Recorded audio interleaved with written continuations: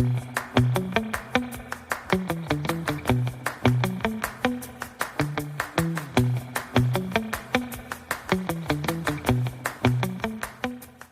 name is Dr. Frank Munroe.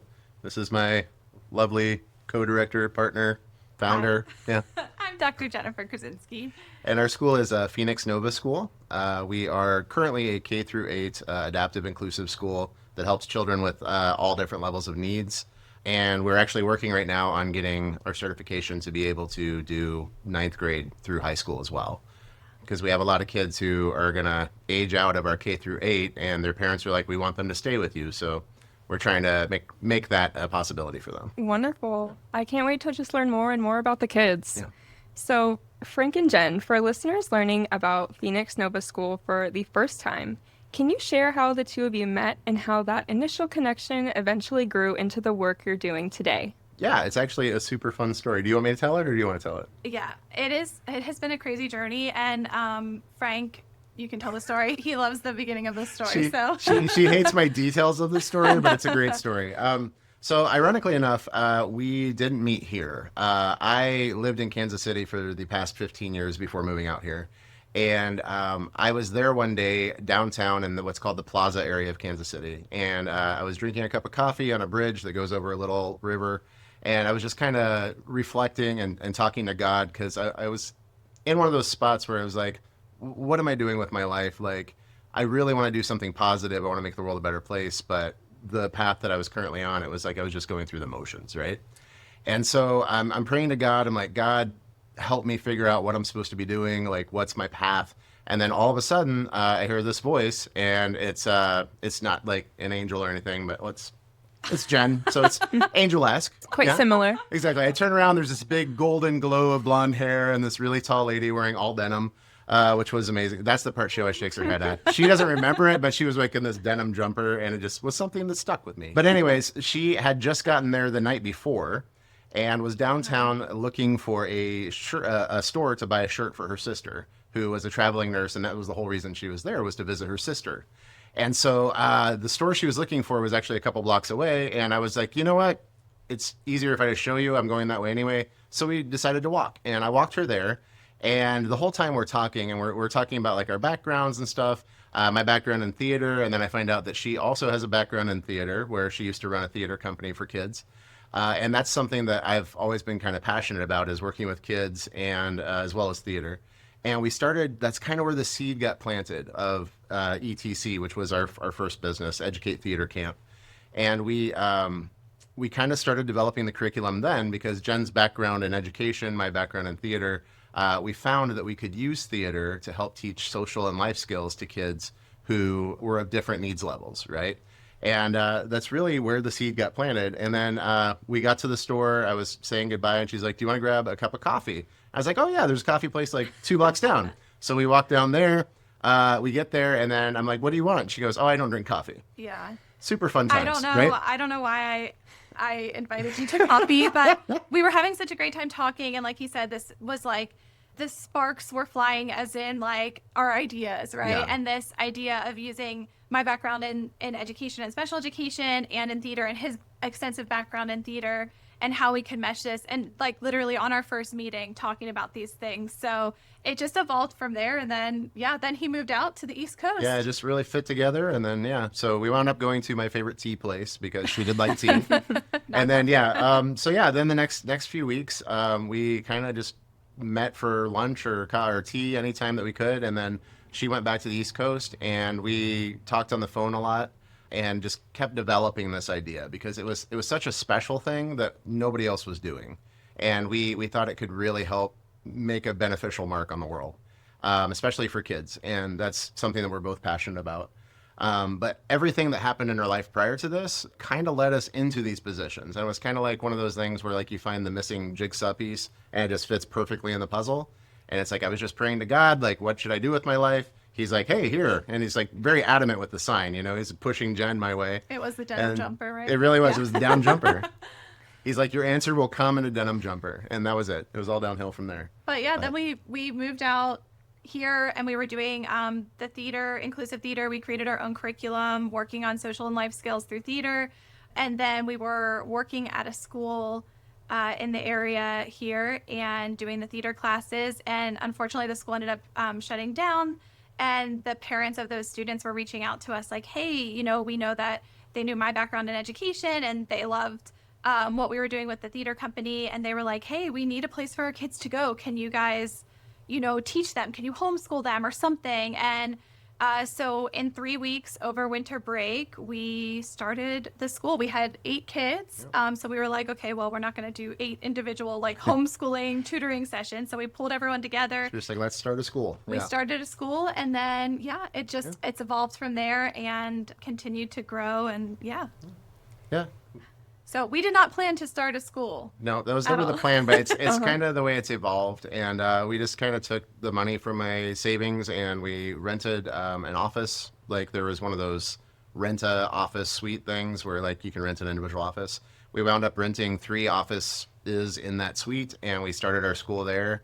And then all of a sudden we had more kids wanting to come and we're like, we're going to have to get a bigger place. So last year we found our current location at the end of last school year and then we moved there.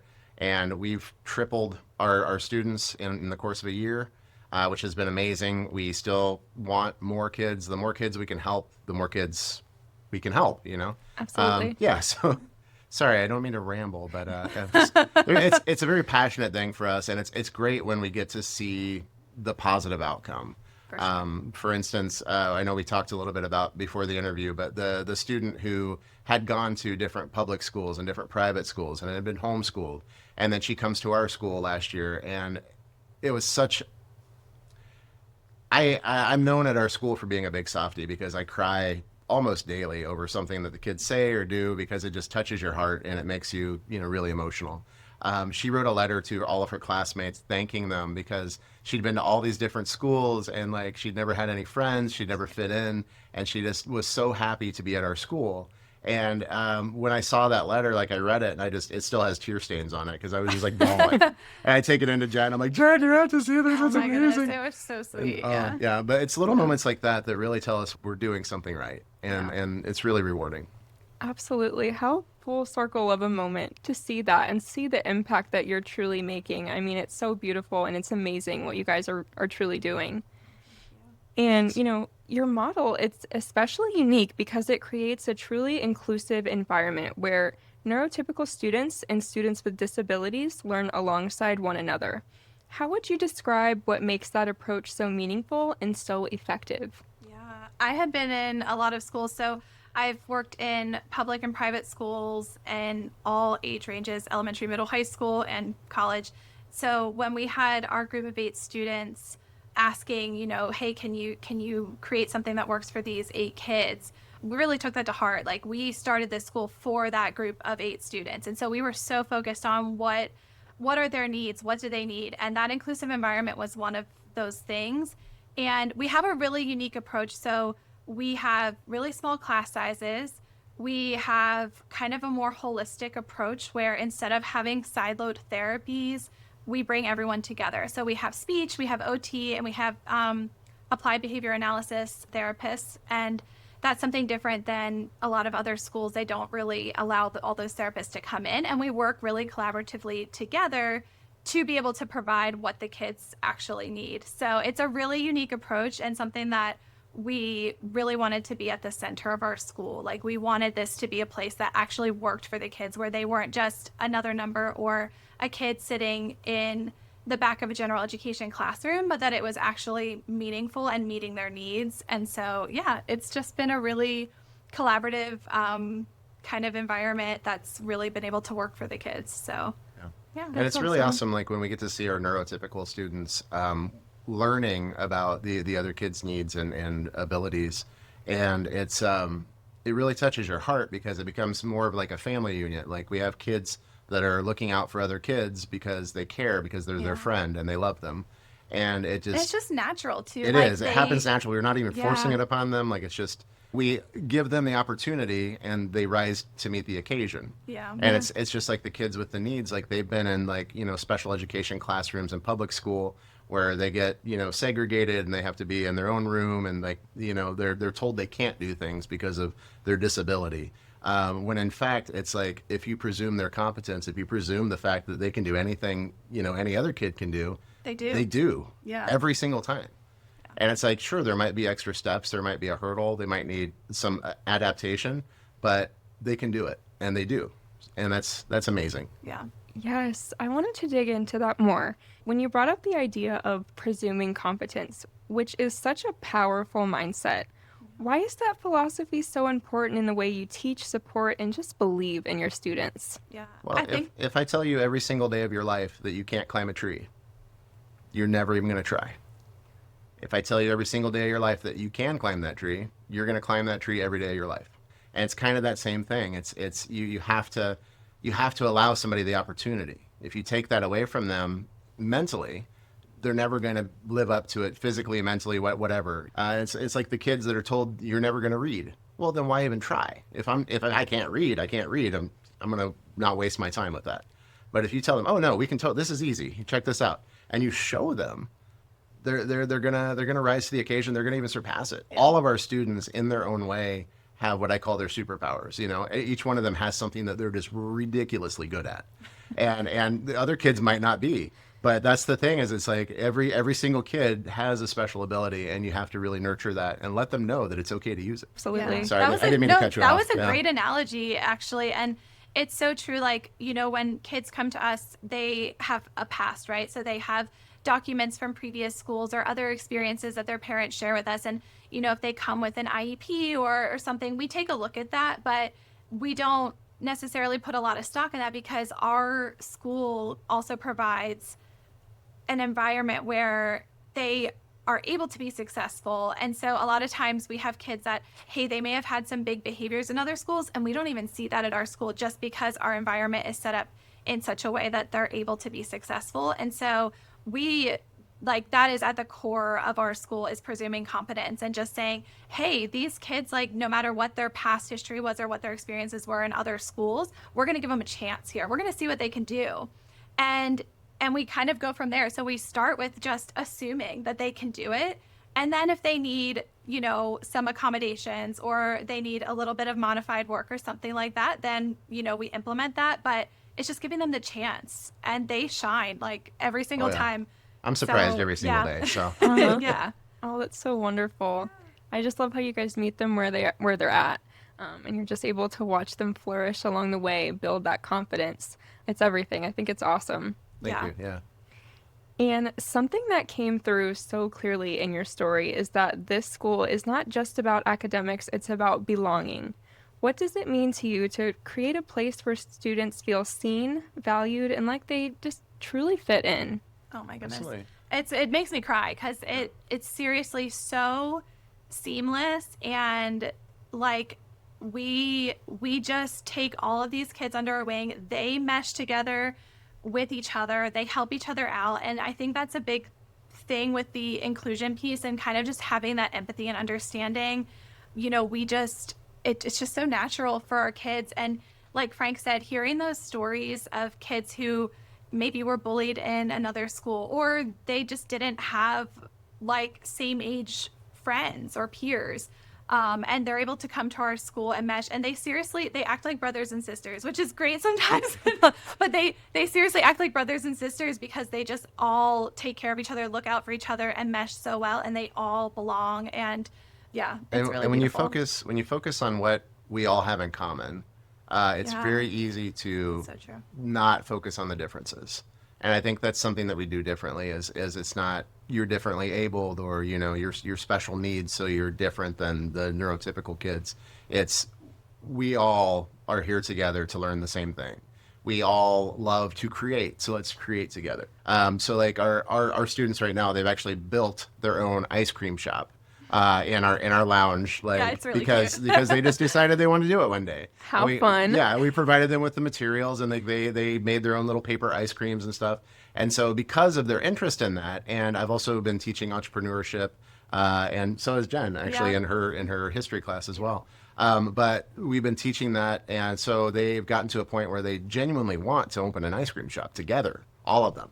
And so I actually bought an ice cream maker, and we've started like making different kinds of ice cream together. It's really and sweet. then I'm trying to figure out a way that we can make this into like a small business for them, right? So that they can have a piece of it and be a part of it. But what's cool is they naturally came together and did this, and they naturally again pulled on the strengths of each person. So they were like, hey, this kid's really great at math, you're going to be our cashier. This kid's really great at making things out of paper, so you're in charge of making all of our paper ice cream cones. Like and that's kind of how our whole school operates. It really it's is. like this how they brought this ice cream shop together. Yeah. How our school operates. Just Yep. It's finding everybody's strength and letting them use it. Yeah. And then and the kids have really adopted that, and it's a magical thing. Like it's very beautiful, and I can't even take credit for it because it's something that's just happening very organically. Yeah, they do it themselves. That's They do. awesome. Yeah. Yeah. Just give them the opportunity.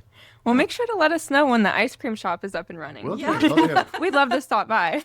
It's going to cost me more money, I'm sure. But They're very yeah. passionate about it though. Like we even looked into like some kid entrepreneur fairs to Yeah. see if we could. Then we're like, okay, well then we have to keep the ice cream cold and we need to package it. So there's a lot more I'm involved. going to wind up but- buying like a chest freezer and like one of those little bikes that you can go around and serve ice cream on. But you know, if they're willing to put in the work, like we're willing to help them. They're so excited about it. Yeah.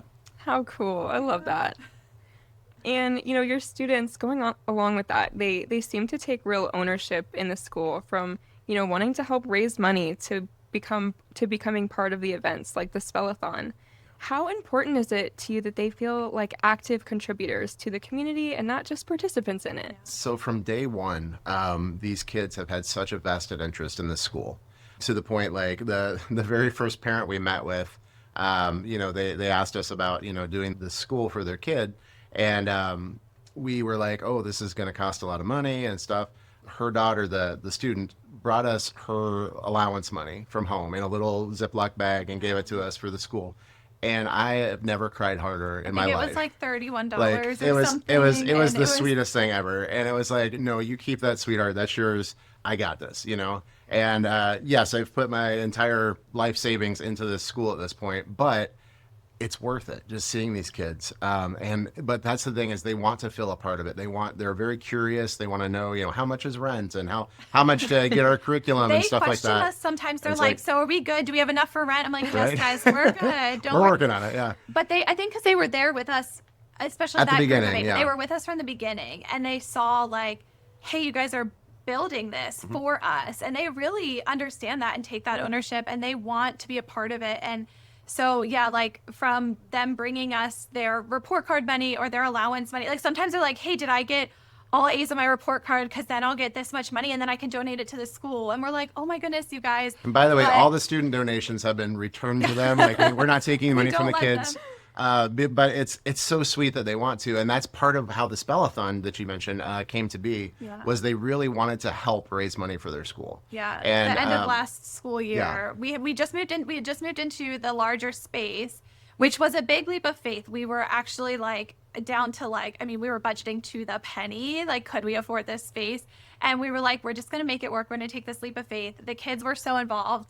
And Frank, he has a background in doing events. And so he came up with this genius idea to do the Spellathon because, our students were really struggling with spelling when we first met them. So we worked really hard on spelling throughout the year. And it was something that they were really excited and passionate about, was like doing better on these spelling tests. And so Frank came up with this idea. He was going to be Dr. Spellerman, who is an evil supervillain. Mad scientist. And mad thank you. Yes, scientist. yes. And the kids were going to be superheroes, and they were going to do the spellathon. So they would spell 200 words. They would get pledges for however many words they spelled correctly. And so they would be able to show what they had learned in spelling, have tons of fun with it, and also have a way to contribute to raising money for the school.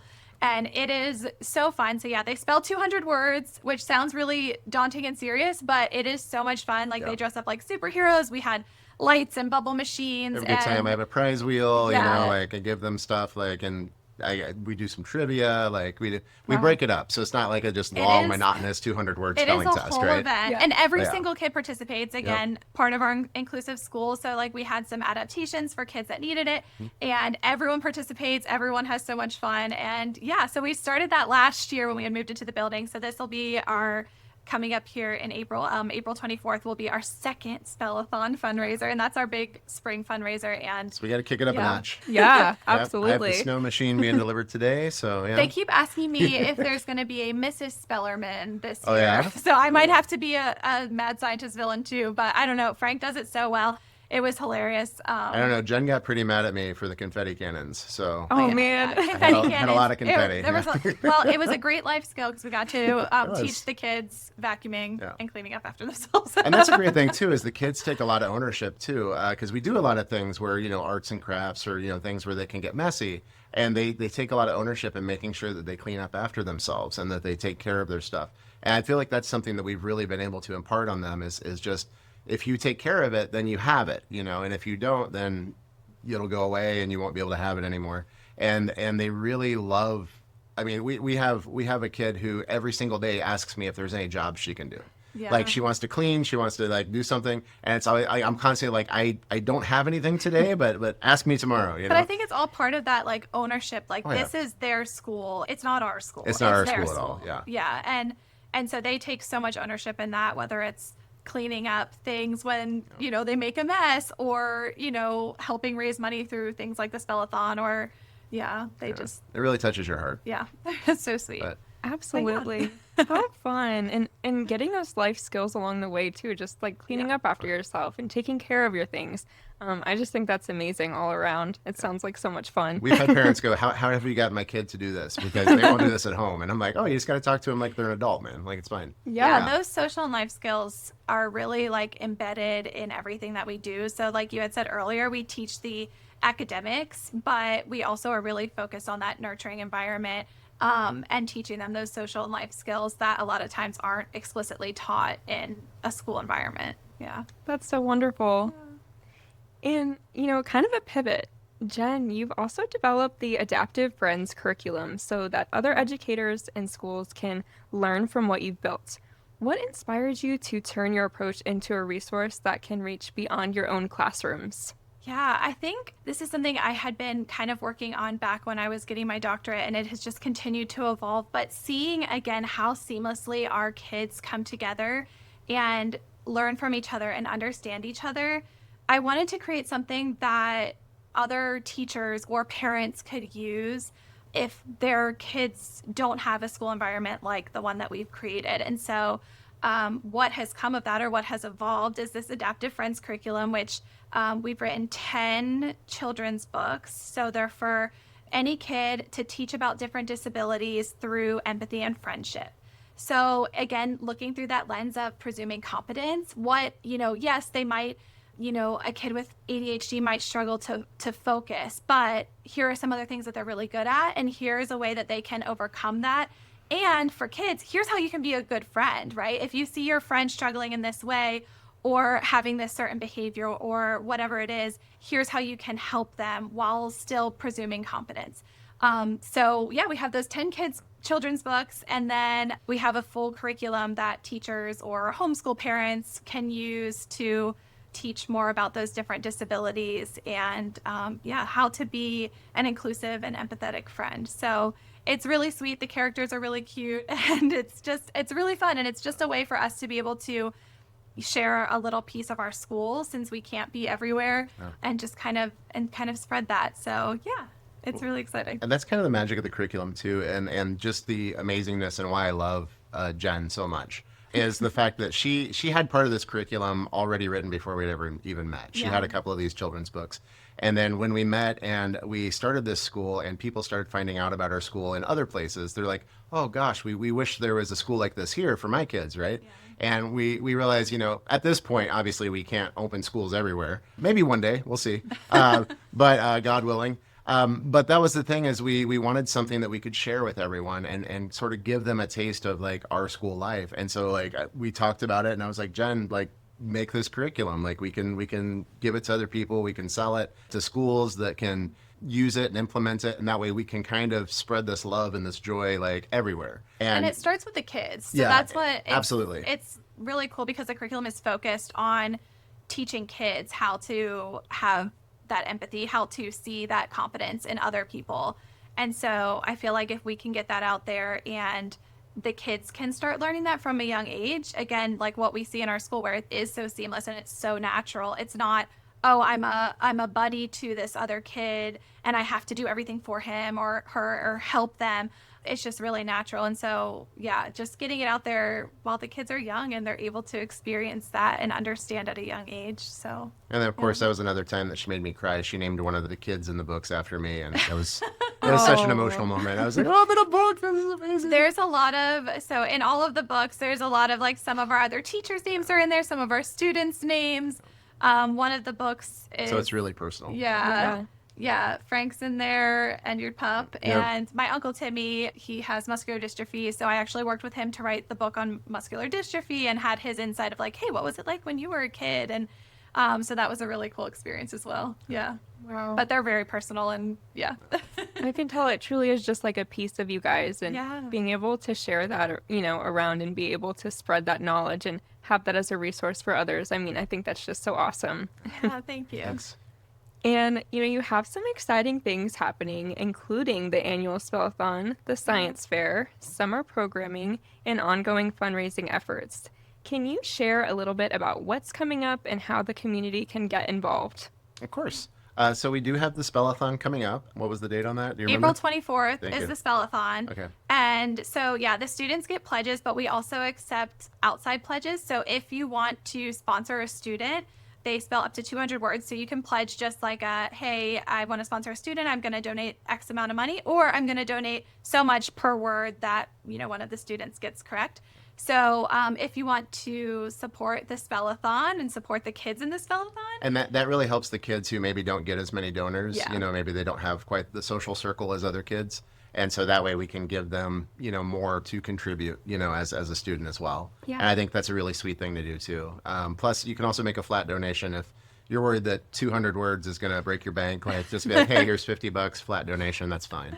But yeah, anything we kids can do get- really help. The kids Yeah. get really excited when they have an outside donor because they Yep. think it's just like, hey, somebody out there like believes in me. I'm going to spell these words correctly. So, Yep. but yeah, you can just email us if you're interested in sponsoring a student for the Spellathon. Yep. And then we also, like you said, ongoing donations. We're always looking for donors that want to help because we constantly need new and better things. Like the majority of the things that we got together to start the school, we were on, Facebook Marketplace and we were like looking like, hey, somebody's dad has this old shelf he's looking to use, Last summer, Yeah. we joked that our second job was running around getting furniture. It's a professional furniture mover. Yes, yeah. we were constantly like, what can we find at a decent price? And Right. anyway, so yes, donations are always great. On our website, phoenixnovaschool.com, you can go to, there's a tab that says Get Involved, and there's everything there. So you can donate just like money donations, you can donate supplies, our Amazon wish list is on there. So all of our information is there, and that's a great way to help support the school as well.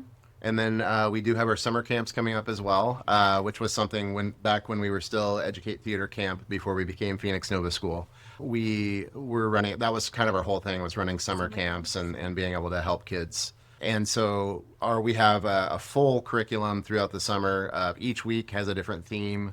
And so kids can sign up for as many or as few as they need so we can work around parents' schedules with vacations, things like that. And our summer camp is like an extended school year / summer camp. So again, a lot of our kids really need that consistency throughout the summer. And so there is an academic piece. Of course, it's going to be fun academics, but we'll do a little language arts, a little bit of math, and Mr. Frank, of course, with the STEAM. We have a lot of fun on my lab. All Yeah. the science labs. I want to come. It sounds fun. You're welcome to. Yeah, anytime. But yeah, it's Yeah. full summer, June 1st to August 28th, 13 weeks, all different themes, lots of fun. We'll do some academics, and then we have music, art, theater, oh my goodness, sports, all kinds of fun things. Yep, So, lots of fun yeah. stuff. And then other than that, like just enrollment, like we're always, like I said, we're trying to reach as many families and as many kids as we can. Maybe those kids that don't feel like they fit in at public school or other private schools.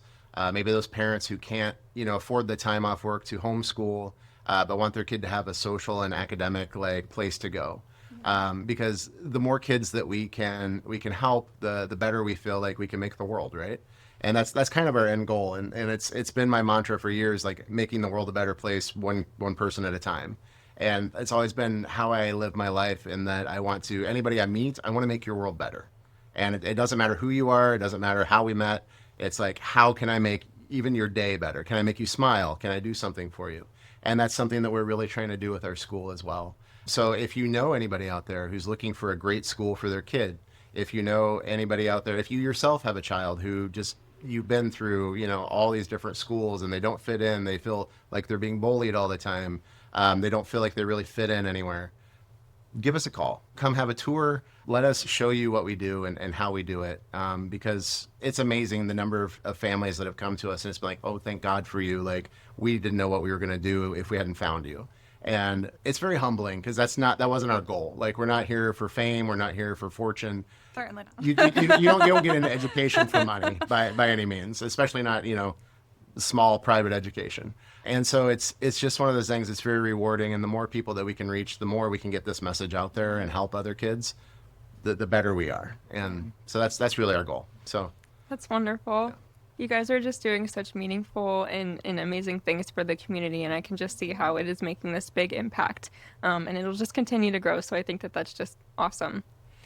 And as we wrap up, is there anything either of you would like to add that I haven't touched on today? your hair looks amazing. Like, I don't know how you do that. I worked for hours on mine. I can never make it do that. It's always good at making everyone feel welcome. See? I know. You guys are I'm just also so a great fun. hugger. Yeah, I give great hugs. But no, the biggest thing for me is I want people out there to know that there are always people out there doing the best they can with what they have.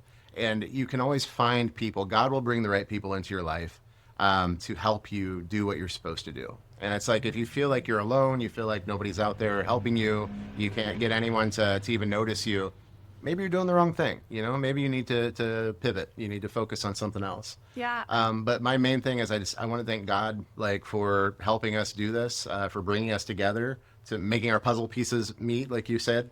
That was a weird way to say said, but I'm going to stick by it. That was very fun for me.